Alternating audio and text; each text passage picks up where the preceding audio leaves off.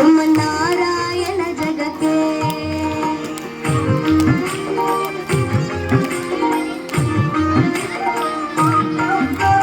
ಭೂಮಿ ದಾನವ ಬೇಡಿದ ರಾಮ ವಮನವತಾರಕ್ಕೆ ತಾಯಿಯ ಶಿರವನ್ನು ಕಡದನು ರಾಮ ಭಾರ್ಗವತಾರಕ್ಕೆ ರಾಮನಾಮವೆಂಬ ನಾಮವನೆನೆದರ ಭಯವಿಲ್ಲ ಮನಕ್ಕೆ ಮೂರು ಲೋಕಕ್ಕೆ ಕಾರಣಕರ್ತ ನಾರಾಯಣ ಜಗಕ್ಕೆ ಶ್ರೀಮನ್ನಾರಾಯಣ ಜಗಕ್ಕೆ